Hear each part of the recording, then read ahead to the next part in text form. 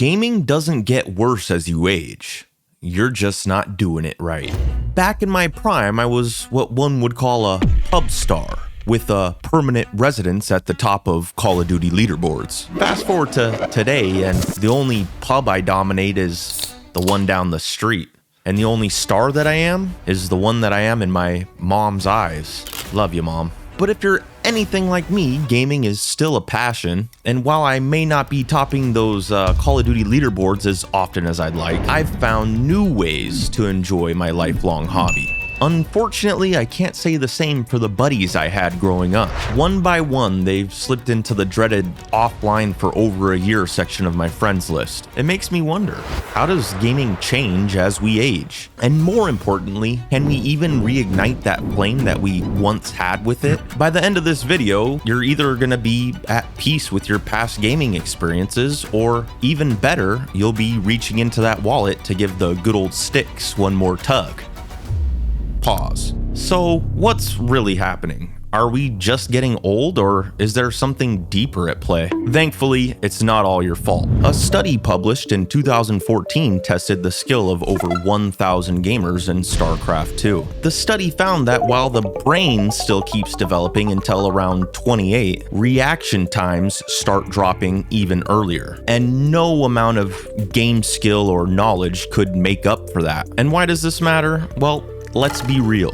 Nobody enjoys being dethroned by a kid. And unfortunately, those games that we're most nostalgic for are the games that require those quick reflexes. If you just can't seem to get back into gaming, this might be why. Another thing to note is that as we grow older, our responsibilities grow larger. And with that comes stress. Long gone are the days of cracking open a monster, throwing a hot dog in the microwave, and disappearing into the void.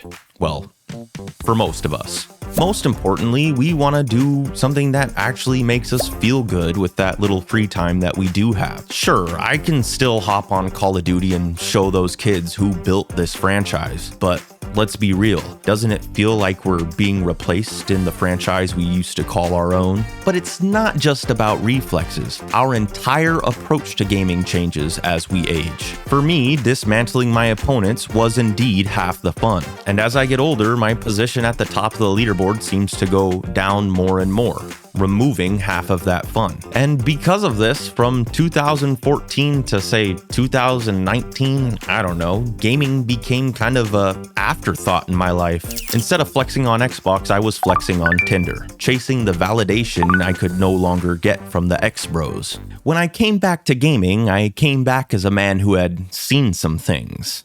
Dark places, deep places, places I can't go into depth about here. The games I played were slow and nerdy, but they sharpened my brain just like the famous sword Albert Einstein once wielded. During this time, Magic the Gathering became a staple in my life. 17-year-old me would be punching the air in disgust about how much I fell off. But there I was, having the time of my life without a care about what anyone thought. Sure, I still craved those challenges, competing online, but games became less about impressing others and more about proving to myself my own capabilities. This change in my gaming habits lines up with a study that asked lifelong gamers of various ages what types of games they enjoyed most. And would you look at that, card games were a top answer among aging gamers. The study suggests that as we age, we exhibit an increased focus on goals that prioritize emotional regulation, aka we start valuing our inner peace over unnecessary quarrels with gamers online. Do you also find yourself wanting to flex your brain muscles more than your finger muscles the more you age? But it's not just about why we play, it's also about how we play and who we play with. It's probably safe to say your gaming squad doesn't look the same as it did 10 years ago.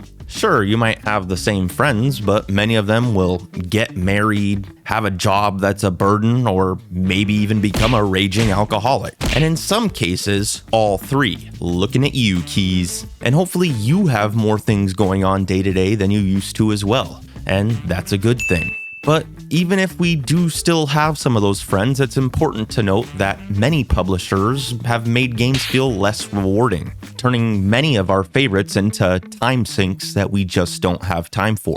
As adults, we like to spend our very limited free time doing things that have real rewards, like hitting the gym or starting a garden. Yeah, that's right, starting a garden. What used to be as simple as, "I'll see you on Halo," after getting off the bus, has turned into breaking out the calendar just to plan a game date. In my case, I work nights and weekends. So playing with my friends who all work a 9 to 5, well, it happens just about as often as a AAA developer releases a decent game. Maybe 2 to 3 times a year. For many, gaming is directly tied to the friendships that they've made over those years. And when that dynamic changes, it's easy to see why many would give up. This shift could also explain that while many gamers age, so do their game preferences. This research suggests that for those who do continue gaming, there's comfort or even willingness to adapt to a more isolated playstyle.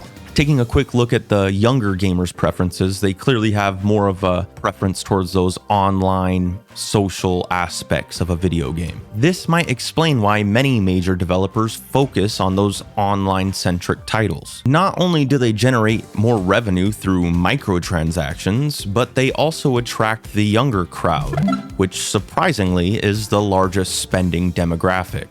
As someone who's been disconnected from the rest of regular society due to my work hours, I've given up on finding gamer friends to play with. Now I've adapted to the loner gamer lifestyle. It might not be my first preference, but due to the demands of my lifestyle, it's a necessity. How often do you get the full squad together these days? It often feels like a miracle, right? Well, because many of the bigger studios still cater to the younger audiences, it leaves us searching for something else to love. Well, at least it should. A moment of brevity. Instead of diving deeper into reasons why adult gaming is doomed, I'm gonna give you a solution. One joy I've come to appreciate: indie games. You remember how those indie kids back in high school kind of paved the way for today's famous oddballs? Well, indie games today are doing the same exact thing, paving the way for the next AAA hit. The best thing about indie games?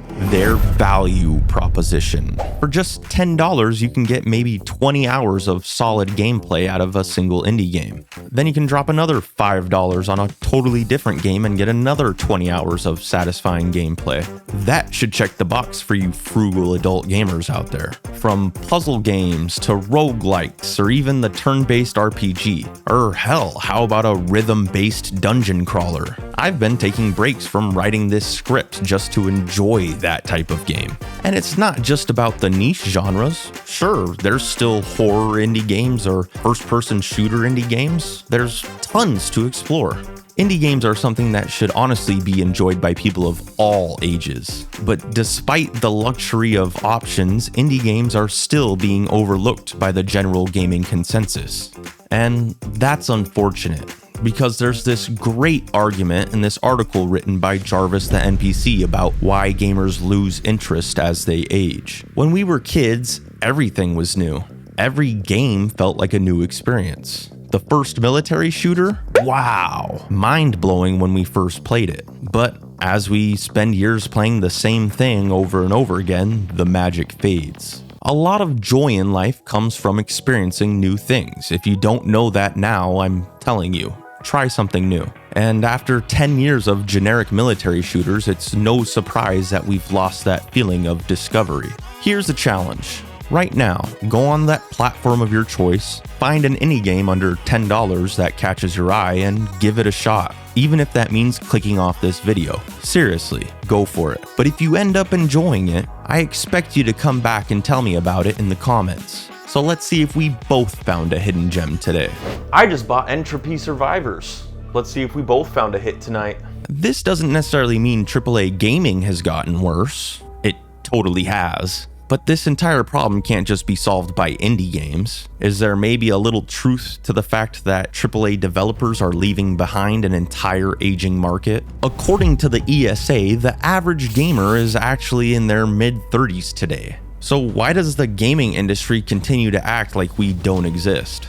My biggest personal example of this disconnect? Pokemon. a franchise I grew up with. Yet every single game seems to dumb itself down more and more. They strip out the challenge and hold your hand the entire way through. And look, I get it, the franchise is still technically for kids. But would it kill them to throw a bone to the gamers that have been there since the 90s? Look at Pal World. It basically said, what if Pokemon actually had depth and challenge? And it exploded overnight. Well, that's if it's still around by the time this video comes out. We're not motivated by grinding a battle pass for skins that we'll never actually see in-game. We don't want to invest our time into live service games that will shut down 2 years from now. We want games that will respect our time and reward us for our investment. Speaking of which, why hasn't the CSGO method of being able to sell your own skins taken over the market? It's genius. Get a skin, you own it. It's an investment you can sell for $100 down the road sometime. Modern games just don't speak to the working adult's mindset. There's no real tangible assets or memorable moments being made anymore.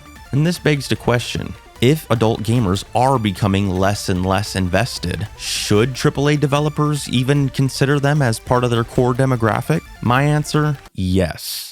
Sure, we might have less time, but we also have the one resource these companies care about most: money. Like, why don't games give us more ownership over our assets? What's the problem? And maybe that's why a lot of us feel disconnected from gaming. As we change, a lot of games stay the same or get worse. But that doesn't mean we have to leave gaming behind. Listen, the point of this video wasn't to make you feel sad about growing up and not playing games as much anymore. It's to help you understand why gaming might not hit the same anymore, and most importantly, how to get the spark back. You're not alone, and it's not your fault. But honestly, being an elder gamer is kind of awesome. Sure, we might not be cracked at Fortnite anymore, but who cares? There's a whole world of games out there built for players like us. You just have to look beyond the usual suspects. Right now, I'm playing Civilization 7, a franchise I once thought was too nerdy. But now, taking over the world one turn at a time is pretty insane, which drives home the point that I want you to remember. As we change, the way that we enjoy games changes too. Maybe you're chilling in Stardew Valley, or maybe you're still dominating those first-person shooter lobbies. Either way, gaming isn't just for kids, it's for all of us. Would I love to see more games that cater specifically towards adults? Absolutely. I think we all would. More player freedom, actual ownership, less hand-holding. But until then, there's still plenty to enjoy, if you're open to it. So I want to hear it. Where are you at with gaming? Are you still chasing the old glory days? Found something new? Or have you dipped out completely? Let me know in the comments. I actually read them. Whether you're a fossilizing gamer struggling to keep up in that first-person shooter, or you're finding a brand new love for turn-based strategy, embrace it. We're all leveling up in different ways. I'll see you next time where I break down my crippling addiction to the casino-like gacha genre. I wish it were a joke. Till next time, gamers.